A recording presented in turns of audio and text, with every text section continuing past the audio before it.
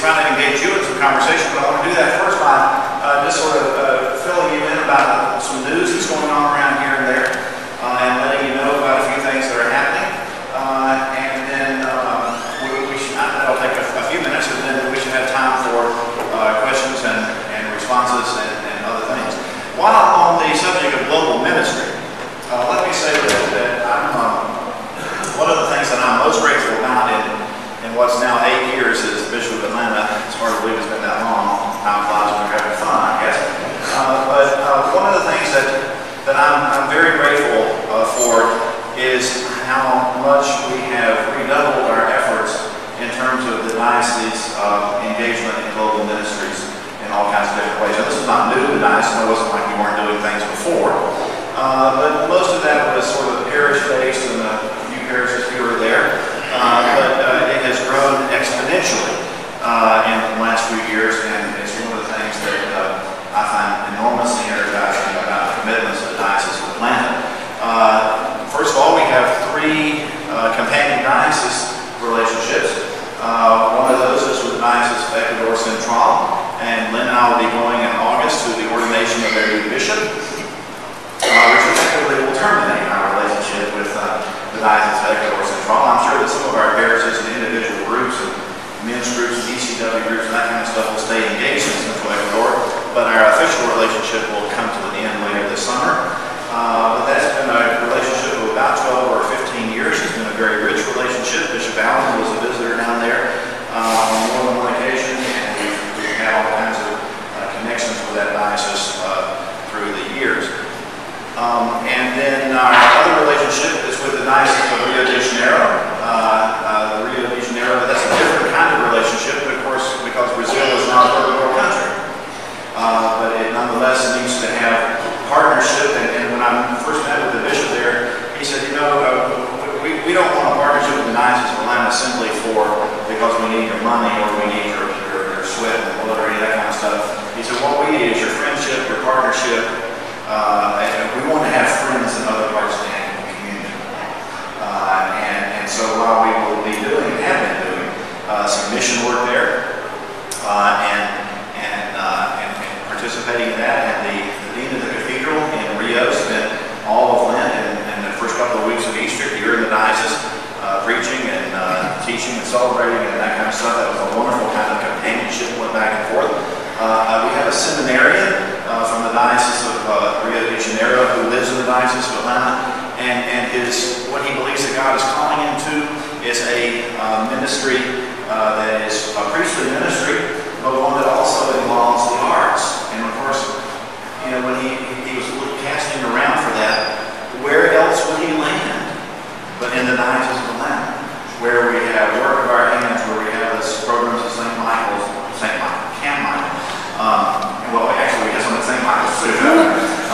But also the other art programs at Holy Comforter and Emmaus House and a variety of other parishes that are doing various things. And so he found this a rich environment. So he's both a seminarian at the Episcopal Seminary in Brazil, Sao Paulo, while at the same time being a student at SCAN here at Atlanta. And goes back and forth. I mean, not daily, but I mean, he's down there for like a semester and then comes here for a semester. Eventually, he'll get both his seminary degree and his art degree. He's very talented. His name is Luis Coelho, and he has a website if you want to see some of his art. And one of the wonderful things he did this last summer at Lambeth was, as you know, the bishops and so forth at Lambeth based all of our Bible studies on the I Am statements of Jesus.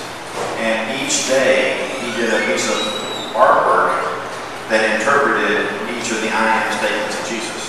And they're absolutely stunning. Absolutely stunning. And pictures of those are on the website and so forth. He'd be a great person to come to St. Anne's and talk about art and faith and that kind of stuff. It's a really extraordinary young man. Luis Coelho, Coehlo, Luis, W-I-S. So anyway, there are those marvelous kind of connections with the Diocese of Rio de Janeiro. And then our third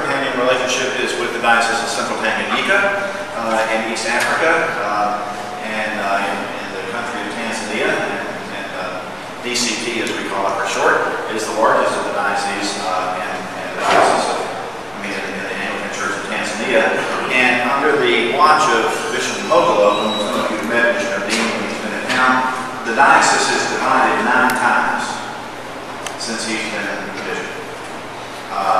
It used to be almost half the country, and now geographically it is a fairly small region right in the heart of the country, and yet membership-wise or communicant-wise, it's still the largest diocese in the Anglican Church of Tanzania.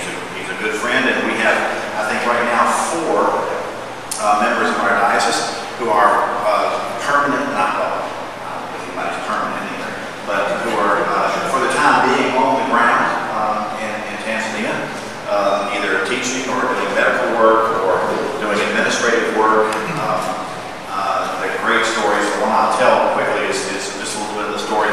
I know she's actually been here to St. Anne's to visit, but some of you know Maggie Griffin. Maggie was a business person with that soft drink bar downtown. She was actually in the administrative end of Coca-Cola, and once her kids were grown and whatever, decided that she could do something else for the rest of her life, and she wanted to give that time and energy and expertise, business expertise, organizational expertise, financial expertise, etc., to the church. And so she's been working in Central Tanganyika as the sort of a special assistant to the bishop, working with and really being a translator. She's learning to speak Swahili, but I don't mean translator in the language sense, but I mean kind of a cultural translator. Because, like, for example, when I say, well, we've got to have very carefully verifiable financial records, that means something different to us. I mean, they would say the same thing. They want very careful, viable financial records. But what I mean by that, and what they mean by that, look really different. And so, therefore, to have somebody there who can do some of those translations, and translate in both directions, not just us and them, but also them to us. And that is really quite an extraordinary thing. That's in addition to our 3 companion dioceses and all the relationships that go on there, we have about 11 parishes in the diocese that have some sort of connection with Haiti. Either they are building churches, building schools, building clinics, working in some other capacity in Haiti. Haiti, as you may or may not know, is the largest diocese in the Episcopal Church. That's not the Anglican Church in Haiti. That is the Episcopal Church in Haiti. And the Bishop of Haiti sits in the House of Bishops with me, Bishop Gerson, and it is the largest diocese in our church, with lots and lots of people, and it continues to grow and thrive and prosper. So 11 of our congregations have relationships there. We've got about half a dozen congregations that have a variety of different kind of relationships with folks in Honduras. Some of those are medical missions, some of those are relationships to orphanages, some are relationships to schools, secondary schools and primary schools, and so forth. And then there's one parish I know that's connected to Guatemala, and on. I mean, the list just keeps going. I mean, I haven't even begun to get down the list. But as you can see, the number of folks that are engaged in this is rather significant. And then there are these other organizations in which we're all a part of in one way or another. For example, Kids for Peace, which is an international global relationship with folks in the Diocese of Episcopal that brings, of course, St. Anne's has been right at the heart of that.